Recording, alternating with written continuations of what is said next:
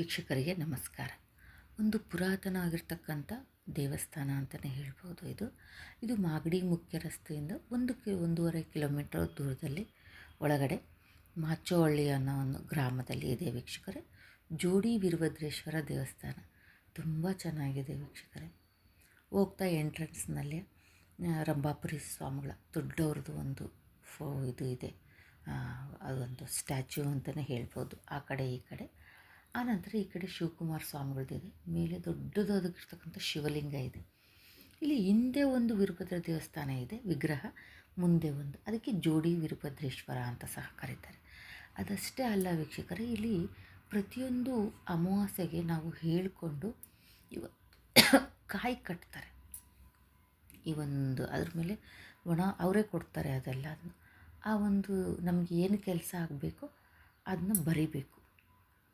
ಬರೆದುಬಿಟ್ಟು ಆ ಕಾಯನ್ನು ಅಲ್ಲಿ ಹಿಂದ್ಗಡೆ ಎಲ್ಲ ಕಾಂಪೌಂಡ್ ಇದೆ.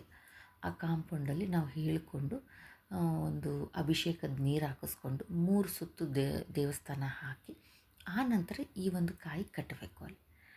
ಅಷ್ಟೇ ಅಲ್ಲ ವೀಕ್ಷಕರೇ, ಅಲ್ಲಿ ಬಸವಣ್ಣನವರು ಪ್ರವಚನ ಕೊಡ್ತಕ್ಕಂಥ ಒಂದು ವಿಗ್ರಹಗಳಾಗಲಿ ತುಂಬ ಚೆನ್ನಾಗಿ ಇದೆ ಆ ಒಂದು ಜೋಡಿ ವೀರಭದ್ರೇಶ್ವರ ದೇವಸ್ಥಾನ. ಹಾಗೆ ಇನ್ನೊಂದು ಪ್ರಮುಖವಾದ ಅಂಶ ಅಂದರೆ, ಎಷ್ಟೋ ವರ್ಷಗಳಿಂದ ಮಕ್ಕಳಾಗದೇ ಇರೋರು ಬೇಡಿಕೊಂಡ್ರೆ ಜೋಡಿ ಮಕ್ಕಳನ್ನು ಕರುಣಿಸ್ತಾನೆ ಅನ್ನೋ ಒಂದು ಅಲ್ಲಿ ಪ್ರತೀತಿನೂ ಇದೆ ವೀಕ್ಷಕರೇ. ನಮಗೆ ಗೊತ್ತಿರಲಿಲ್ಲ. ಹಿಂಗೆ ಮನೆ ದೇವರು ವೀರಭದ್ರೇಶ್ವರ ಆಗಿರೋದ್ರಿಂದ ಸುತ್ತಮುತ್ತಲು ಯಾವ್ಯಾವ ಇದ್ದಾವೆ ಅಂತ ಹುಡುಕ್ತಾ ಆ ದೇವಸ್ಥಾನಕ್ಕೆ ಹೋದ್ವಿ. ತುಂಬ ಚೆನ್ನಾಗಿದೆ. ಅಲ್ಲಿನೂ ಪ್ರತಿದಿನವೂ ಅಭಿಷೇಕಕ್ಕೆ ಬರ್ಸೋರು ಪಂಚಾಮೃತ ಅಭಿಷೇಕ ಮಾಡ್ತಾರೆ. ಹಾಗೆ ಈ ಒಂದು ಮಾಮೂಲಿ ಶುದ್ಧೋದಕದಿಂದನೂ ಮಾಡ್ತಾರಲ್ಲ, ಆ ಅಭಿಷೇಕ ಸಹ ಮಾಡ್ತಾರೆ ಅಂತ ಕೇಳ್ಪಟ್ವಿ ನಾವು. ಬೆಳಗ್ಗೆನೂ ತೆಗೆದಿರುತ್ತೆ ದೇವಸ್ಥಾನ, ಸಂಜೆನೂ ತೆಗೆದಿರುತ್ತೆ. ವಿಶೇಷ ದಿನಗಳಲ್ಲಿ ಫುಲ್ ಡೇ ತೆಗೆದಿರ್ತಾರೆ.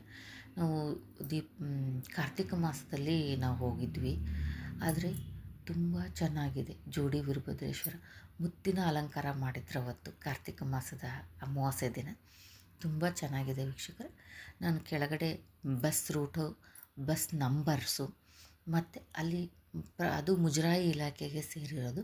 ಅಲ್ಲಿಯ ಅರ್ಚಕರ ಒಂದು ನಂಬರ್ ಸಹ ನಾನು ಕೊಟ್ಟಿರ್ತೀನಿ. ಇದು ಎಷ್ಟೋ ಜನಕ್ಕೆ ಗೊತ್ತಿರುತ್ತೆ. ನೈಸ್ ರೋಡ್ ಹತ್ರ ಸಹ ಒಂದು ಬೋರ್ಡ್ ಹಾಕಿದ್ದಾರೆ, ಜೋಡಿ ವೀರಭದ್ರೇಶ್ವರ ದೇವಸ್ಥಾನ ಅಂತ.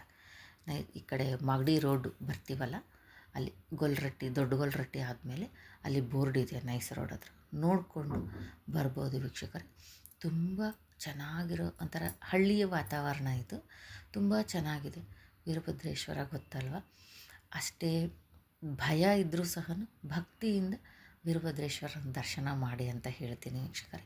ತುಂಬ ಚೆನ್ನಾಗಿದೆ. ನಾನು ಎಲ್ಲೂ ಕೇಳಿರಲಿಲ್ಲ ಈ ಒಂದು ಜೋಡಿ ವೀರಭದ್ರೇಶ್ವರ ಅಂದರೆ ಇದೇನಪ್ಪ ಅಂತ.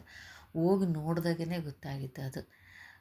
ಪ್ರತಿಯೊಬ್ಬರೂ ನನ್ನ ವಿಡಿಯೋ ಯಾರು ನೋಡ್ತಾ ಇದ್ದೀರೋ ನೋಡೋರು ನೋಡಿಬಿಟ್ಟು ಟೈಮ್ ಇದ್ದರೆ ಭೇಟಿ ಕೊಡಿ ಅಂತ. ಇವೆಲ್ಲ ಪುರಾತನ ದೇವಸ್ಥಾನಗಳ ವೀಕ್ಷಕರೇ. ಹಾಗಾಗಿ ಈ ದೇವಸ್ಥಾನದಲ್ಲಿ ಒಂದು ಒಳ್ಳೆಯ ಒಂದು ಪಾಸಿಟಿವ್ ವೈಬ್ಸ್ ಇದೆ ಅಂತ ನಾನು ಅಂದ್ಕೊಂಡಿದ್ದೀನಿ. ಹಾಗಾಗಿ ಅಮಾವಾಸ್ಯೆಗೆ ವಿಶೇಷವಾಗಿ ರುದ್ರಾಭಿಷೇಕ ಇರುತ್ತೆ. ಆ ಟೈಮಿಂಗ್ಸ್ ನೋಡಿಕೊಂಡು ನೀವು ಭೇಟಿ ಕೊಡ್ಬೋದು ವೀಕ್ಷಕರೇ. ಮತ್ತು ಮುಂದಿನ ಒಳ್ಳೆಯ ಒಂದು ಪ್ರಯಾಣದ ಒಂದು ವ್ಲಾಗ್ ಅಂತಲೇ ಹೇಳ್ಬೋದು. ಮುಂದಿನ ವಿಡಿಯೋದಲ್ಲಿ ಸಿಗೋಣ. ಧನ್ಯವಾದಗಳು.